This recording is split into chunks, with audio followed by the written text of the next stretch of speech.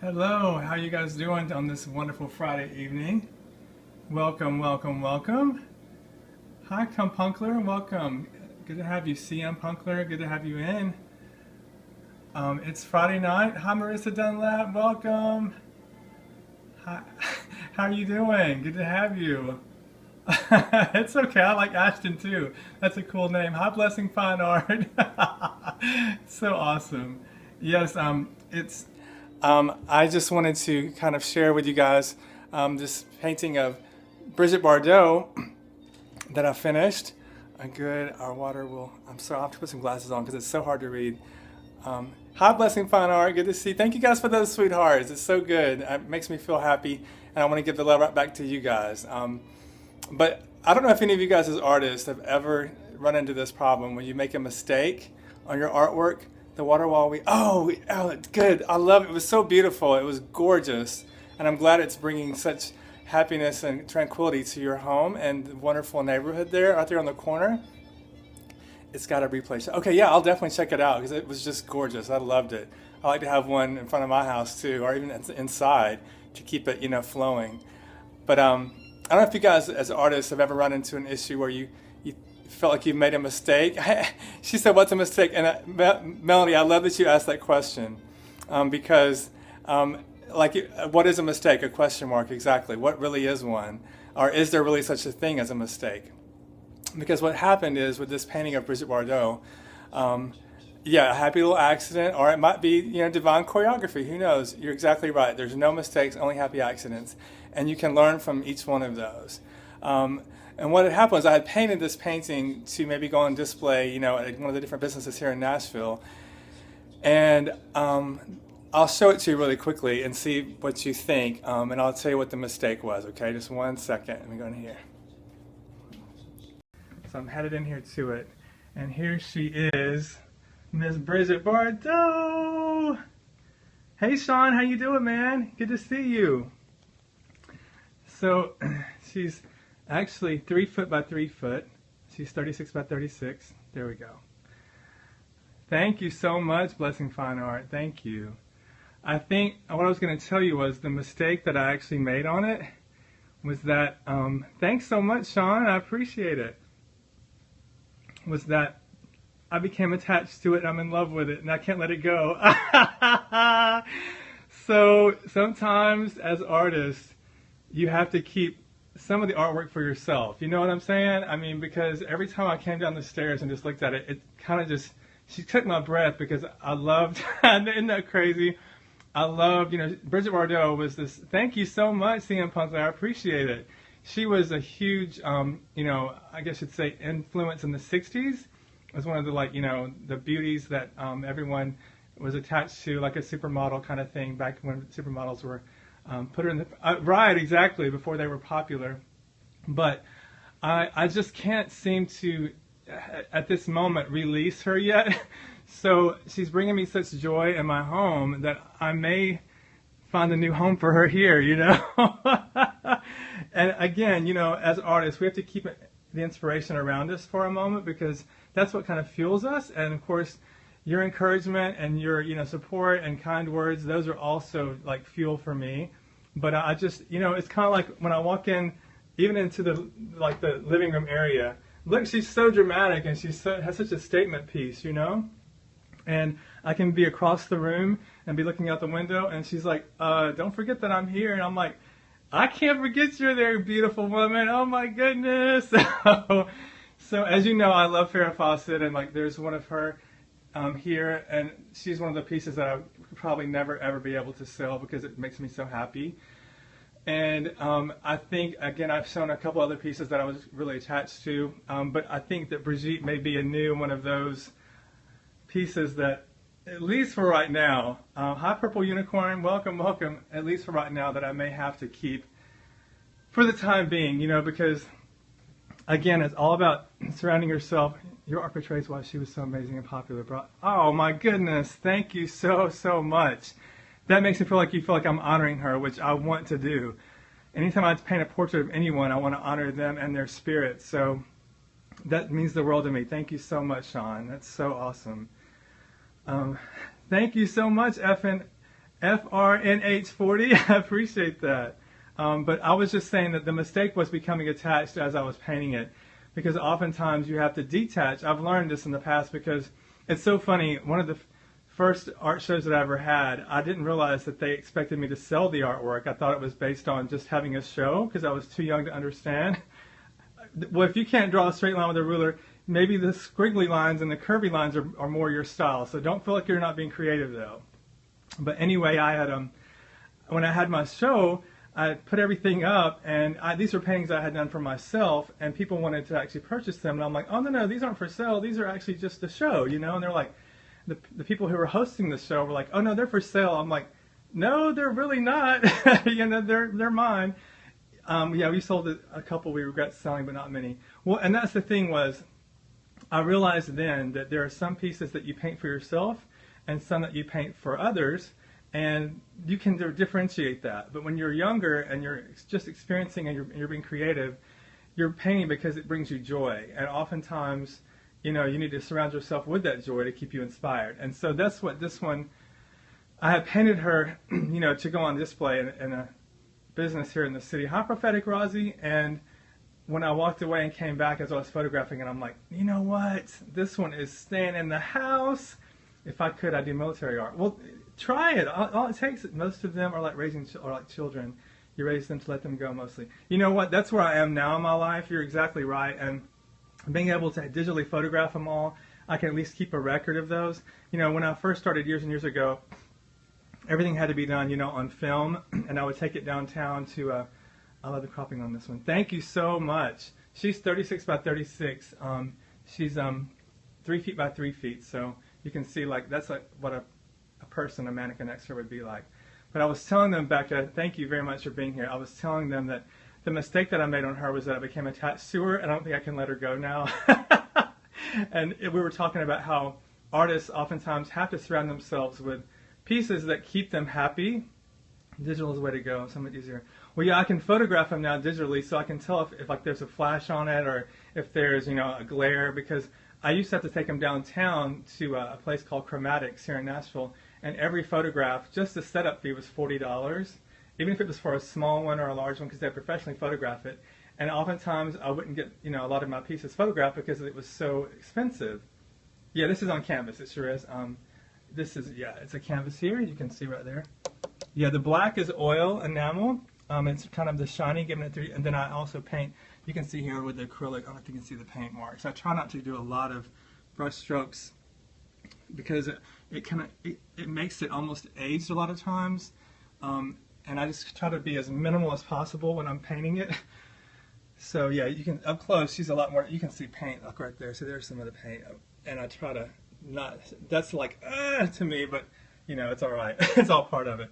But it shows you, you know, the humanness of me, so, and how I want to tweak it here and there. But anyway, I was telling them that when you get close to having to let go of your pieces, that now you can take many, many photographs of them, but earlier I had to let go of a few pieces that I didn't have record of, and they still kind of haunt me because I don't have, you know, them to look back on and say, man, I remember that time, I remember what energy I was expressing when I created it, you know, that type of thing. And so I'm just grateful that, you know, technology has progressed where we can actually photograph these now and keep them. That way you can release them to the world and not feel like a part of you is being lost.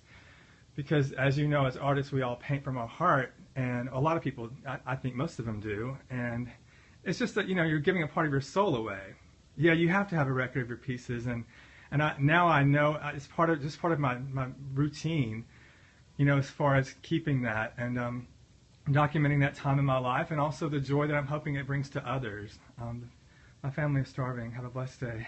That's amazing. The eyes are alive. Take care. Oh, feed your family, feed your children, man. I understand, and hopefully I fed your you know, soul a little bit with some inspiration. So thank you for being here, Shon. I appreciate that. But anyway, I just wanted to share this with you guys. It was so funny, though, that I was like, you know, I'm going to feel kind of crazy scoping this because, oh, thank you so much. I you know, try to. I always want to make sure that my content, you know, has depth to it and it's something somebody would want to watch. And I'm so grateful for you guys to be here with me. But again, I was just saying that um, it was one of those things where this is the human side of me where I'm like, I just, you know, didn't want to let it go. And I know that can kind of seem a little bit selfish sometimes, but to me, it's not selfish. It's about giving yourself love and surrounding yourself and your environment with things that make you totally happy, just like Miss Farrah Fawcett does. And I can show you up closer, like with her, how these are done with, I use a lot of pointillism and a lot of dots, just to kind of, so you don't have to like make, because a lot of harsh lines, well, thank you for that, Becca, I appreciate it. A lot of harsh lines, especially with women, it makes it look a little heavy and abrasive, and I try to make it a lot lighter with just the dots there. A lot of people that I can't like pencil draw very well. I know Becca's a great sketch artist, and when they use like the eraser to lift up, it's kind of the same thing but opposite. You can see my hand is here, how big it is. Like this is her eye, so it gives you a perspective. So pointillism to me with paint is kind of like a sketch artist with an eraser, I think. I'd never even seen that technique because I'm not really a good pencil sketch artist or charcoal sketch artist. But recently I'd seen Becca do some work and Scott Antonici, and I was like, man, that's so awesome how they do that. You know, and we're all learning from each other, and I think it's wonderful. But anyway, I was saying that there are some pieces that you have to keep for yourself. And you know, and it's cool. What's crazy is you can see shapes and faces. And I love that you see that, because a lot of times when I'm painting a portrait, instead of trying to capture the whole thing, my first time catching a live Bathhouse Betty, thank you, yay, thank you so much. Yeah, this one's Farrah Fawcett, but this one here is of Brigitte Bardot here, and she's 36 by 36. Oftentimes, I've seen a lot of tattoo artists when they're doing tattoos, they start with just the shapes instead of the whole overall picture, and I learned a lot from watching that too. So it helps me go from, you know, one aspect to another, because it's easier to mimic a shape than it is to completely, you know, do the whole thing at one time. So if you do one little shape at a moment, like with the eyes, if I start with the eyes, which I always do, thank you so much, Abby Tails, I appreciate it. If I can start with the eyes, I can usually relax a little bit, because I want the eyes to speak to people, you know, because that's honestly where it like captures their essence. Let me get a little closer here. And Bridget had a really beautiful, she's still living, has a beautiful like overbite, which I think is gorgeous. Lisa Hudspeth 3, hey, I've painted you too, haven't I? Yay! Yeah, the eyes first, always. Because they kind of set the stage. The eyes do, and I don't know about Becca, but you know, I've learned that one line, whether it be in the hair or it be an eyelash or it could be, you know, part of the shadowing on the side, can change the eyes so crazy. People don't understand it. They're like, well, maybe a little bit more hair. I'm like, anytime you mess, after you've done the eyes, you mess with the angles on the sides of it, it'll totally impact the way that they're looking and also the energy behind them. Thank you so much, Lisa. I appreciate it. Yeah, this one's 36 by 36, just like Farrah is. It shows you how large it is. So that's something I learned. And like even with her hair and her bangs and everything, I had to be careful not to add too much or too little, because you want the energy of the eyes to completely come through. And I can even show you like on her eyelashes, like right up here, if you can see the paint there.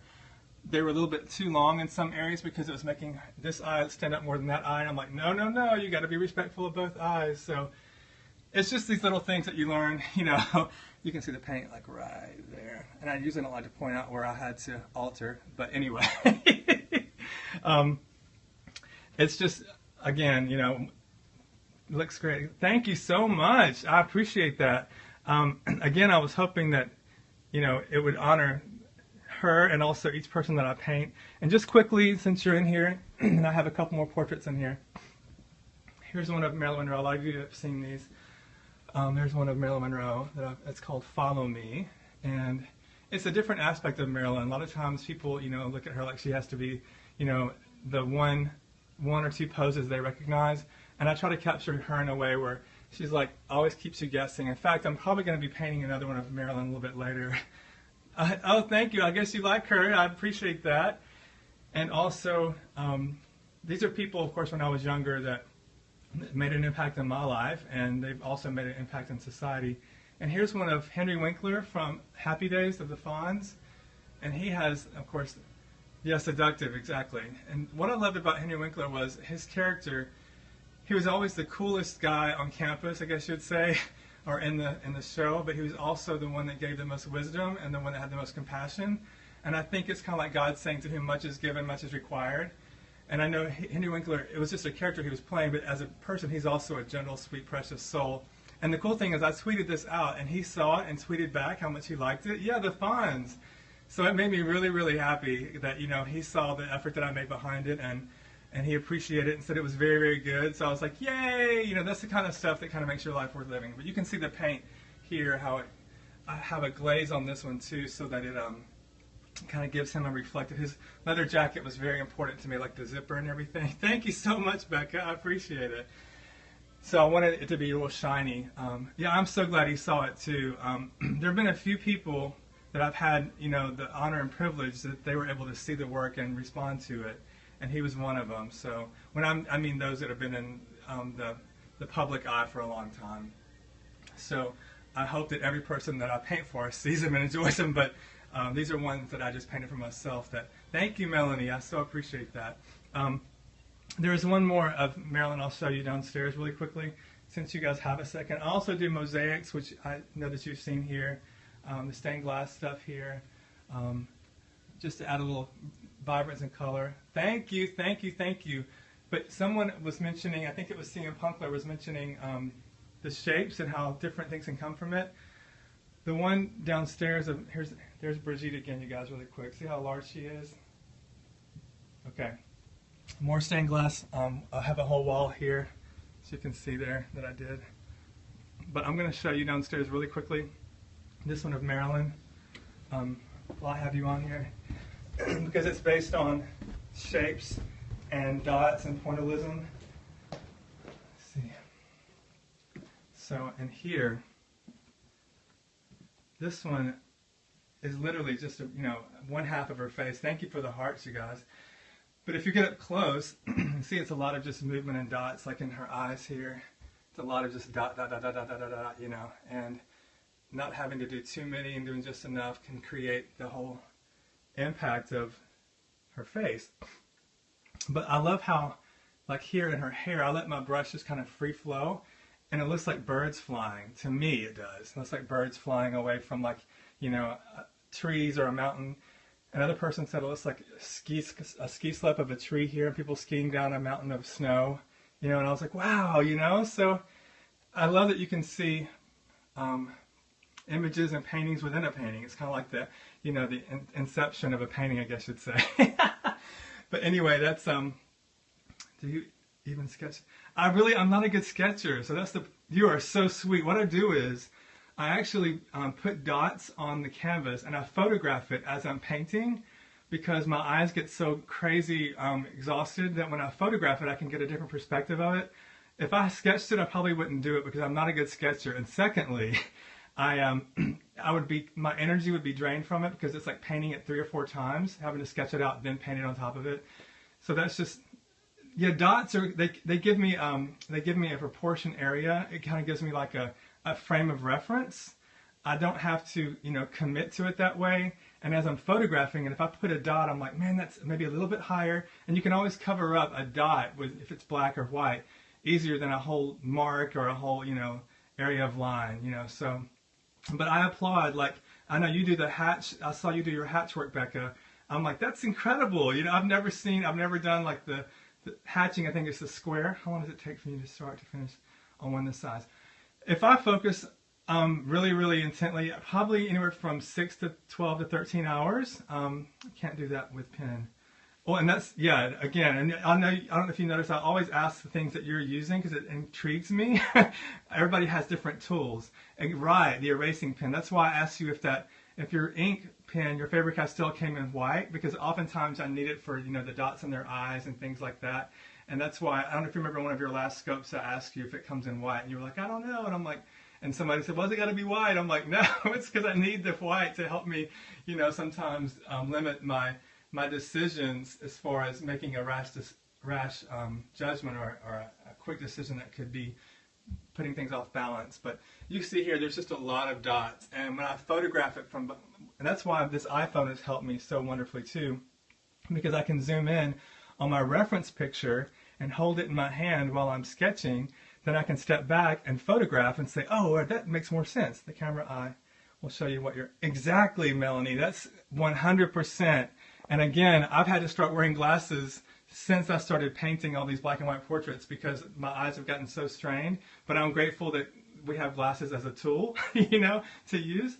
I'm going to show you really quickly 2 more little paintings and I'll get out of your way because I don't want to take up your whole evening. But this is one that's called Soul Windows. Let's see, here we go. And to me, this is like a self-portrait. But how long does it take at 36 by 36? Again, and it can range from 6 hours to around 12 to 13 hours. And oftentimes I have to take a break so that my eyes can take a, you know, a little bit of relaxation. And it also gives me a whole new perspective when I come back in. Because, you know, even in every minute to minute we change as people. And how you see the world changes the way that you're feeling at the moment. So sometimes taking a little bit of a break and coming back in and being like, oh, you know what, I think I need to add this here, that there. And because if you're focusing on an eyelash for 20 minutes, all you see is an eyelash and it becomes distorted and crazy and you're like, I can't do this any longer. So you have to step away often and go back in and just kind of readdress it a little bit later. But this one is called Soul Windows. Mine often looks better when I come back. Yeah, totally. Because it lets you, I mean, with black and white, you can get snow blind, which again, you can't see, it starts getting blurry, everything gets blurry. And these are things I never would have known had I not started painting in black and white, because I always used only color until about 7 or 8 years ago. I didn't even use black or white in any of my paintings because I thought that, you know, all the other artists did, and I wanted to give them a voice and myself a voice. And so now I'm like, let's celebrate it all, you know what I'm saying? But anyway, this one is called Soul Windows, and to me, it's a self-portrait, and it's about people open the windows to their soul. A lot of them do it through the cathedral or the church. Some do it, you know, through the crucifix, which I believe in God, and that's, you know, totally the way I look at it. Thank you. Yeah, there's a lot of texture. You can see the texture and stuff here. Black with a single color. Black with a single color. Like the Fonzie one with the black background and using the white, or I'm not sure. Oh, you mean black, just black, and then like red, maybe? I can kind of show you one in a second of that I've kind of done like that. But for the portraits, I've never used a black canvas and painted with a different color on top, because to me, again, that's a lot of white paint trying to cover black. Wow, that is nice with beautiful meaning too. Thank you so much, Aqua Bay. I appreciate that. Black. Oh yeah. I've done like orange. I've done silver. I've done red. Yeah, but I've actually used white with this other color instead of black. I haven't done, again, you know, it's something I would definitely be open to it by all means. But open the windows to your soul. Some people simply just open the door to their heart. No matter how you do it, when you finally open the window to your soul, the barriers or the walls that are actually kind of dividing each of us crumble and fall, and everything is eliminated like the stained glass, you know, and bright and beautiful in the churches. And so I consider God or Christ the life vine, which is love that ties us all together, and it comes down through here and unites us all. So I always remember, this is one of the ones that an amazing God-given talent you have, your passionate heart can be clearly seen. Thank you. Abby tells, thank you so much. That means the world. And, you know, walking in the front door of my home, I want this to be reflective of me so that people will know that I don't really sell, I've never made prints before. I actually would rather just paint you a small version of it because I like, you know, the originals. I like all my paintings to be original, and I know that I'm a one-man show, which is kind of crazy. But it's kind of like a personal relationship with me and the person receiving it.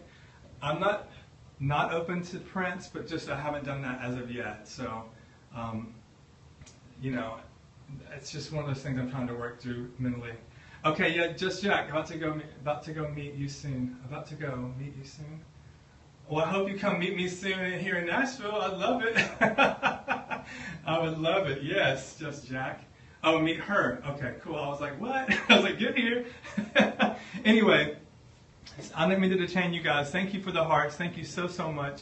Just wanted to kind of share with you. Yes, Nashville's on the list. Well, you get here. Please get here. I'd love to see you.